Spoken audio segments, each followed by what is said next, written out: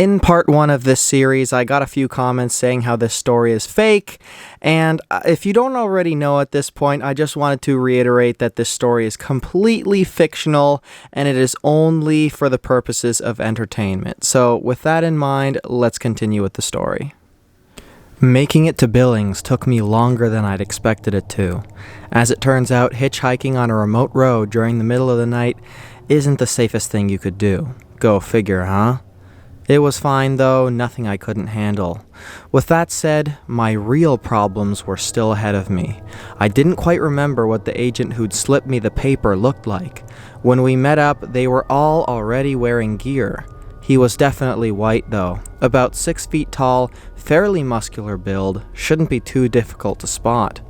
The paper also specified that he'd be in the lobby, so that's where I headed once I found the motel. Once in, I looked around. The place was nearly empty with only 4 people sitting around. An older couple, a single woman, and a single man. He was white, tall, probably in his 30s, most likely who I'm looking for. "Tell me you're the guy who I'm looking for," I said, approaching him. The man looked up at me as his expression morphed into one of confusion. He shook his head. "I think you're mistaken, sir. I don't know what you mean." I muttered something along the lines of "my bad" before getting ready to walk away.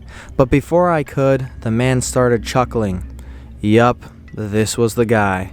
"You looked so worried there," he said in between laughs. "Jesus, that was funny." Safe to say, I was starting to get pissed off. "What's going on?" I asked. The agent wiped a tear from his eye as he calmed down before checking the time. 20 minutes left, he said. It was pretty obvious what he was talking about.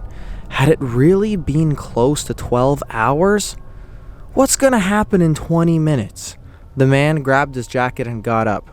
"Nothing good. Follow me." "Follow you where?" "I'll kick your ass if you don't tell me what's going on right now," I said, anger rising in my voice. "Right here, in the lobby? That's a bad idea. Come up to my room and do it there instead." Before I could say anything else, he was already walking up the stairs. I followed close behind, nearly fuming at how shady he was acting. Before I could say anything else, he was already walking up the stairs. I followed close behind, nearly fuming at how shady he was acting. Once he opened up the door to his room, I couldn't stop myself from lunging in and grabbing his throat. He didn't fight back, but at the same time, it didn't seem like he needed to. His neck inexplicably felt like a thick steel pipe. The harder I gripped, the harder it hurt my hand. Soon enough, I just let go. I stepped back, a dumbfounded expression on my face. The agent checked the time again. "You done now?" I didn't respond. He grabbed a bottle of whiskey from the mini fridge and poured out 2 big glasses, sliding me one while downing his at the same time. "I'd recommend you drink that quick," he said. I took a deep breath and calmed myself down. "What did you inject me with? And what's gonna happen to me?" I asked. "Well, you're gonna find out if you keep asking questions," he said. "And trust me, you really don't want to find out." He opened up the closet and unlocked the safe inside. He took out a briefcase, flipping it open and revealing 4 syringes. This time, they were filled with a blue liquid. "Drink up," he said, gesturing towards the liquor. "'Cause this is gonna hurt." "If you think I'll let you inject me with something else, you're an idiot. Tell me what is going on right now," I responded. He laughed obnoxiously. "You're calling me an idiot? The same guy who put enough trust in the government to take one of the most blatantly sketchy jobs of all time is calling me an idiot? That's rich. You guys should have jumped out of the truck when you had the chance." I considered responding, but bit my tongue instead. I really couldn't argue against that. It certainly wasn't my brightest moment. "Doesn't matter," I finally said. "You still need to tell me what's going on." "Trust me, I will, but you need this first," he said, holding up one of the syringes. I shook my head. "No, what I need first is an explanation." The agent sighed, checked the time once again. 10 minutes, he said. "You really want to make this more painful than it needs to be?" "I guess so." I wasn't budging. Again, not one of my brightest moments. The man shrugged, sitting back in his chair. "So be it. We'll wait." The stern, confident face I was putting on certainly didn't reflect how I was actually feeling at that moment. The agent had a stranglehold on me in just about every conceivable aspect. I hated that fact. I never could accept people having power over me. If I were a smarter man, I would have just listened. But here we are. 10 minutes passed and nothing happened. I nearly breathed a sigh of relief until I felt my arm starting to itch. I scratched at it, only to feel my finger quite literally digging into my flesh. I looked down and nearly choked. It looked like my skin was rotting away, and it was spreading fast. "So," the agent said, holding up the syringe, "you want it now?" "Screw it," I spat, catching it as he tossed it to me. The pain was starting to become unbearable. I stuck the needle into my vein and pumped the mystery fluid into my bloodstream. At that point, the rot had completely consumed my forearm. It was horrifyingly disgusting to look at. In my mind, there was no fate worse than that spreading to the rest of my body. "That's rapid necrosis right there," the agent said, "and you just injected the antidote." I felt immense relief immediately after. I watched as the rot slowly crept back down my arm before disappearing completely.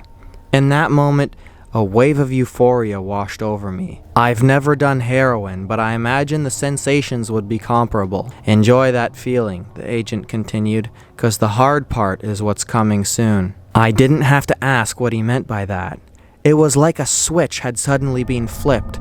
The euphoria was immediately replaced with the most excruciating pain I'd ever experienced in my entire life, even worse than when the rot was consuming my arm. "This is why I made you drink," the agent went on. "The pain will only last 10 minutes. Try and keep it down though, we don't need any noise complaints." Those 10 minutes seemed like 20 hours. If you were to ask me exactly what I was feeling, I would have had a hard time describing it. Hell. Simply put, it was sheer hell. As if every molecule in my body was being tossed into an industrial meat grinder before the remnants were dropped into molten lava. I laid on the ground for a few moments after it had passed. To tell you the truth, I wanted to lay there for a lot longer. But then I remembered where I was. I leapt up, rushing back at the agent. If I was pissed before, I was about to explode now. "What was that?" I screamed in his face as I began trying to strangle him again. It was strange. His throat didn't feel like metal anymore. It just felt like regular flesh. I could even see his face starting to turn red. I grinned. I was finally getting the upper hand. It seemed like the antidote had more than a few side effects. But that didn't last long. He grabbed my arm and elbowed me in the face before somehow managing to reverse our positions and mount me. From there, he put me in an arm lock. "All right," he said. "You got that out of your system? Can I explain what is actually going on now?" I tapped the floor, signaling yes. "Well, all right," he said, letting go. "We can finally make some progress." He pulled up a chair and sat down. Still panting from our short grappling match, I did the same. "Why'd you kill my team?" I asked. "If we'd told anybody about the UFO, nobody would believe us. Hell, why'd you even hire us in the first place?" "Slow down there," he said. "One question at a time.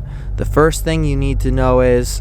He paused for a moment, almost as if an uncomfortable thought had just crossed his mind. There was no UFO crash. There was no aliens. That was all fake. I buried my face in my hands, trying to wrap my head around what he had just said. What? Before I continue, "You want that drink now?" he asked. I nodded. It seemed like I was going to need it. Like and subscribe for part 3.